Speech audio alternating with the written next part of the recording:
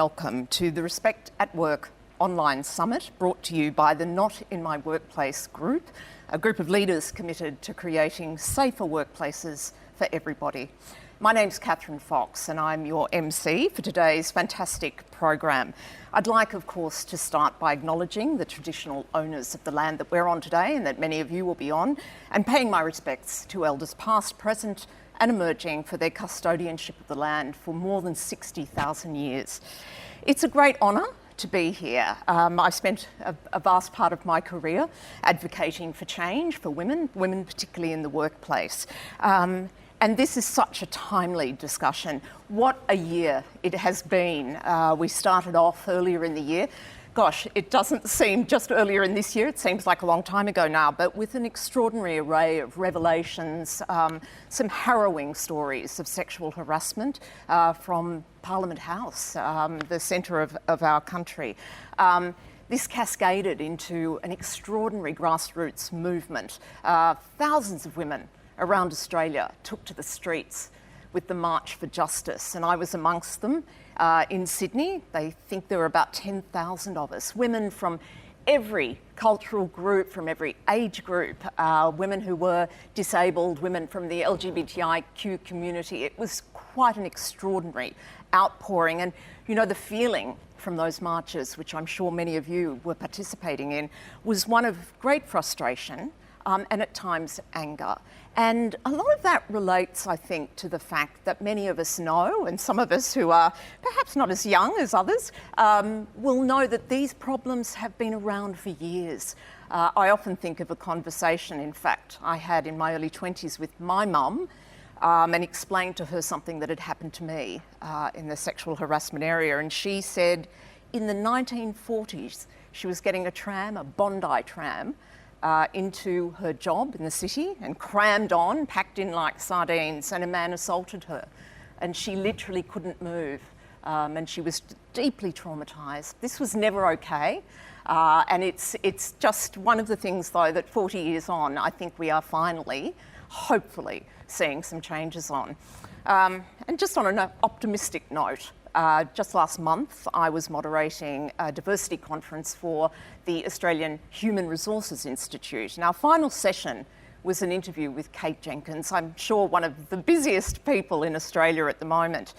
And Kate was talking about the message she gives to workplace leaders, that in fact a lot of the response to workplace sexual harassment is still embedded back around the sort of 1984 model, which is when the Sex Discrimination Act came in. And she said it's still reactive, it has to move into a very different frame, and on many levels. And of course her excellent Respect at Work report outlines 55 recommendations to make those changes. At the end of our conversation, I said to Kate, are we at a circuit breaker? Is this it? And she said, I'd like to ask the audience that question of HR professionals, people who are often the first port of call for these complaints.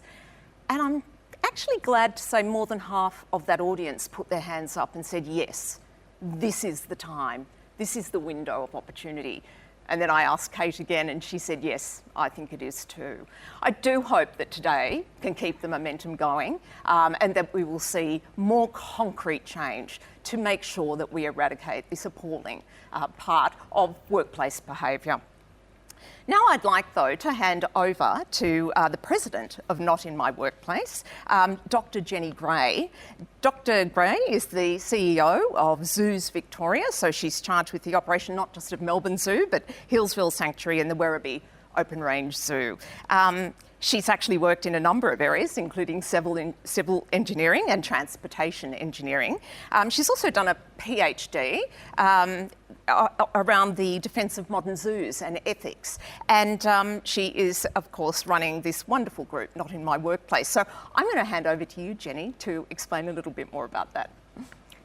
Thank you, Catherine, and thank you so much for joining us this morning. When the Prime Minister accepted Kate Jenkins' Respect at Work report, he said, when women are unsafe at work, it is not only immoral, despicable and criminal, it also denies them their personal and economic security. These are powerful words. In 2018, the national survey identified that 39% of women and 26% of men report being sexually harassed at work in the last 5 years. Everyone joining us today knows that we have a problem, not a woman problem, not a men problem, a societal problem. And the changes we need are urgent and extensive.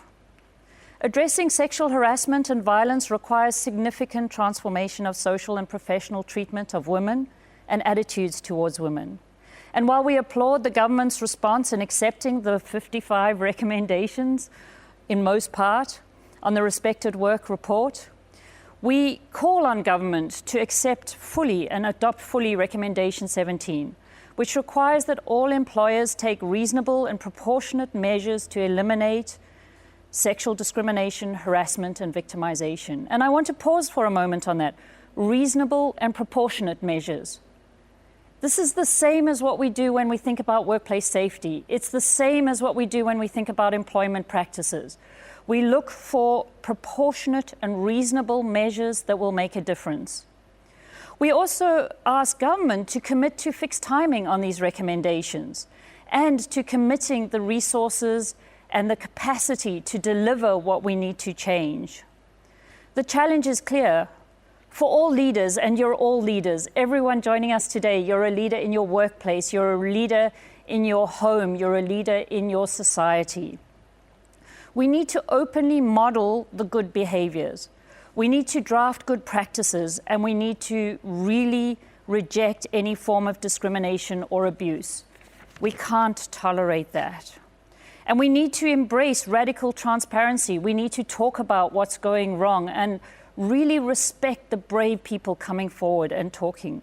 We need to learn and we need to grow together as a nation of equals. And today is all about learning and growth. Today we're coming together to listen to amazing people with amazing stories. People who have lived experience and can give us advice and share what they've been through. Our panels will be talking about the foundations of change that have been articulated in the Respect at Work document. And that model for change has two really simple principles that if you can all remember, and I know you will because we all care passionately about this, the two principles are prevention and response. And so our panels today in terms of prevention will be speaking about leadership. They'll be talking about transparency and risk assessment, about culture and about knowledge. And when we talk about response, we'll be talking about support, reporting, and measuring. You will enjoy a wealth of talent and experience sharing their thoughts with us. I want to come back to that stat I opened with. 39% of women and 26% of men. I'd love you all to look around your office, to look at all the people around you, and think about what this means, that 39% of them have experienced sexual harassment in the last 5 years. These are your colleagues. These are your friends. They're your mothers, your sisters, your daughters, your brothers, your fathers, and your sons.